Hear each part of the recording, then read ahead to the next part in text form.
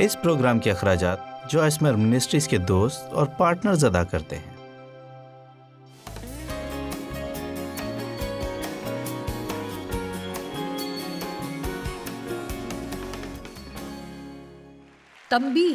تنبیہ اور منصوبہ بندی ہمیشہ بڑھنے سے پہلے آتی ہے۔ کیا کبھی آپ کو یوں محسوس ہوا کہ خدایا تو شاید مجھ پر کچھ زیادہ ہی کام کر رہا ہے، میرا مطلب ہے اب تو میرے پاس کچھ چھوڑے گا؟ میرا مطلب ہے کبھی کبھار میں نے ایسا دیکھا بھی ہے، اور میں آپ کو بتاؤں کہ ایک دفعہ ڈیو ہمارے صحن میں لگے ہوئے درخت کی کانٹ چھانٹ کے لیے کسی کو بلایا، اور جب میں کام سے گھر واپس آئی تو میں نے کہا آپ نے تو اس درخت کو مکمل طور پر تباہ کر دیا ہے، میرا مطلب ہے اس میں تو کچھ بچا ہی نہیں۔ اور ڈیو نے کہا تم بس دیکھتی جاؤ، اور زیادہ وقت نہیں گزرا کہ یہ پہلے سے بھی زیادہ اچھا نظر آنے لگا۔ لہٰذا جب ہمارے ساتھ ایسا ہوتا ہے، جب ہماری کانٹ چھانٹ کی جاتی ہے تو ہم ایسے ہی ہوتے ہیں، واو میری سمجھ میں نہیں آ رہا، اس سے تکلیف ہوتی ہے، یہ بے انصافی ہے۔ لیکن آپ بہت بہتر ہو جائیں گے، میں دیانتداری سے آپ کو بتا رہی ہوں کہ مجھے زندگی کے کسی بھی معاملے میں خدا کی طرف سے کبھی ترقی نہیں ملی۔ میرا مطلب ہے کہ ایک درجے سے دوسرے درجے تک جانے کے لیے ہے۔ میں نے خدا سے اس وقت تک کچھ نہیں پایا جب تک وہ اسے درست نہیں کر لیتا، جو اگلے درجے تک پہنچنے سے پہلے مجھ میں ہے، اور جو اگلے درجے میں اپنے ساتھ نہیں لے جا سکتی۔ شاید کوئی ایسا رویہ ہو یا برتاؤ جس کی یہاں پر آپ کو ابھی چھوٹ ہے، لیکن اگر آپ اس سے اگلے درجے میں جانا چاہتے ہیں تو ان چیزوں کو جانے دینا ہوگا۔ کبھی کبھی میں یہ کہتی ہوں کہ ہر اسٹاپ پر کوئی بس سے اترتا ہے اور کوئی بس میں سوار ہو جاتا ہے، لہٰذا اگر آپ اگلی جگہ پر جانا چاہتے ہیں تو آپ جہاں بھی رکیں گے کچھ چیزیں آپ کی زندگی سے نکل جائیں گی اور کچھ آ جائیں گی۔ آمین۔ آئیے عقاب کے بارے میں بات کرتے ہیں۔ بائبل کہتی ہے لیکن خداوند کا انتظار کرنے والے اثر نو زور حاصل کریں گے، وہ عقابوں کی مانند بالوں پر سے اڑیں گے۔ یہاں یہ نہیں لکھا کہ وہ صحن میں مرغیوں کی طرح پھڑپھڑاتے پھریں گے۔ میرے پاس ایک پیغام ہے جس پر میں کام کر رہی ہوں، جو ہے کیا آپ پھڑپھڑاتے یا اڑتے ہیں؟ آپ عقابوں کے ساتھ بلند پرواز کرتے ہیں یا صحن میں مرغیوں کے ساتھ پھڑپھڑاتے مٹی اڑاتے پھرتے ہیں اور کبھی بھی زمین سے اوپر نہیں اٹھے؟ لہٰذا خیر عقاب کے چھوٹے بچوں کی بہت دیکھ بھال کی جاتی ہے، بالکل مسیح میں نئے بچوں کی طرح۔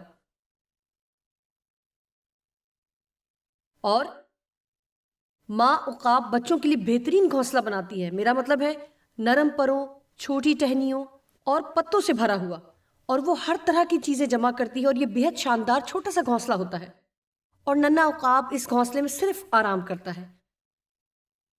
اسے بھوک لگتی ہے، آپ جانتے ہیں، عقاب چاہے کچھ بھی کرے، ماں عقاب اڑتی ہے اور خوراک تلاش کرتی ہے، اسے لا کر ننھے بچوں کا پیٹ بھرتی ہے اور وہ بہت خوش ہوتے ہیں، بالکل ویسے جیسے مسیح میں بچے۔ میرا مطلب ہے اگر آپ جانتے ہیں کہ کوئی آپ کے لیے دعا کرے تو اسے ڈھونڈے جس نے نئی نجات پائی ہو، کیونکہ وہ ان کے لیے کچھ بھی کرتا ہے لیکن ایک مختصر عرصے کے لیے، اور پھر آپ جانتے ہیں یہ ایسے ہی ہوتا ہے جیسے ہنی مون منا رہے ہوں، جیسے اوہ یہ بہت شاندار ہے، پھر کچھ ہی عرصے کے بعد آپ کہتے ہیں کیا؟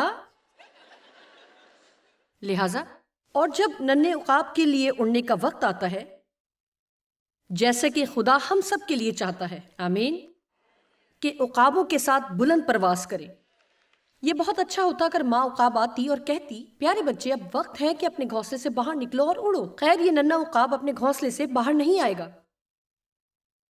اس نے وہاں اچھی چیزیں جمع کی ہوئی ہیں، لہٰذا وہ وہاں سے نہیں جائے گا۔ اور میں آپ کو سچ بتا رہی ہوں کہ پھر ماں عقاب ہر دن کیا کرتی ہے کہ وہ گھونسلے سے چیزیں نکالنا شروع کر دیتی ہے،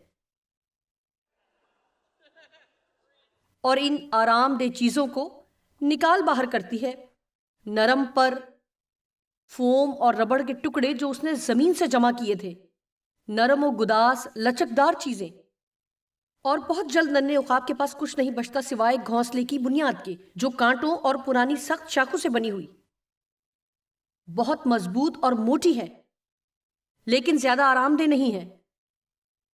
لہٰذا فرض کر لیتے کہ اب یہ ننھا عقاب اوپر چڑھتا ہے اور کنارے سے باہر جھانکتا ہے اور سوچتا ہے مجھے نہیں معلوم، لیکن یہ اب پہلے کی طرح آرام دہ نہیں رہا، شاید باہر زیادہ بہتر ہو۔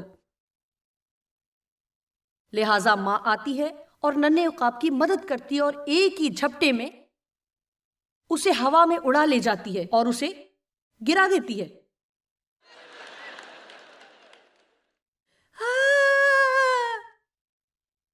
اور پھر اس سے پہلے کہ وہ زمین سے ٹکرائے ماں نیچے کی طرف جھپٹتی ہے. او ماں، آخر آپ مجھ سے پیار کرتی ہیں. کیا کسی کو یہ بات سمجھ آئی؟ وہ واپس اوپر لے جاتی ہے اور پھر یہی عمل دہرایا جاتا ہے بار بار بار بار جب تک کہ وہ خود اڑنا شروع نہ کر دے.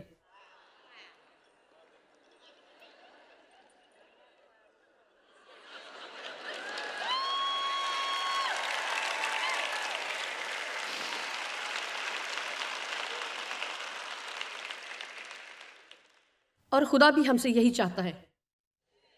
آپ جانتے ہیں یسایہ 3 اس کی پہلی آیت میں بائبل کہتی کہ خدا ہم سے سہارا اور تکیہ چھین لے گا. میں آپ سے ایک سوال کرتی ہوں، آپ کا سہارا اور تکیہ کس پر ہے؟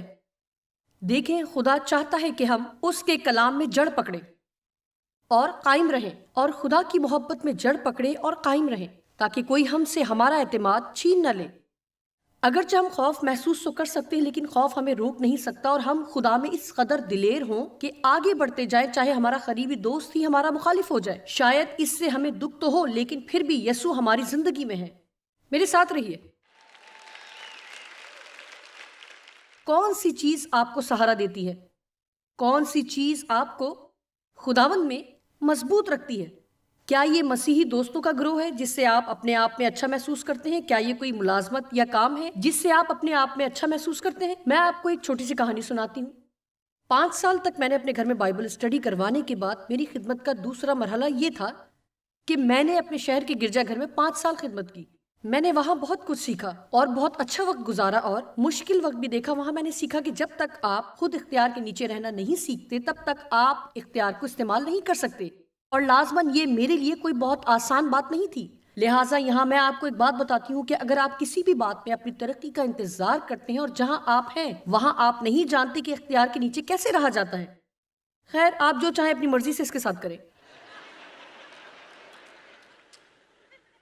لہٰذا خدا نے مجھ پر کام کرنا شروع کر دیا. وہ چاہتا تھا کہ میں اپنی ملازمت چھوڑ دوں اور اس خدمت کو شروع کروں. خیر، میں بہت خوفزدہ تھی، اور جو کلام ہمیں مسلسل مل رہا تھا وہ یہ تھا کہ اپنی خدمت کو شمال، جنوب، مشرق اور مغرب میں لے جاؤ.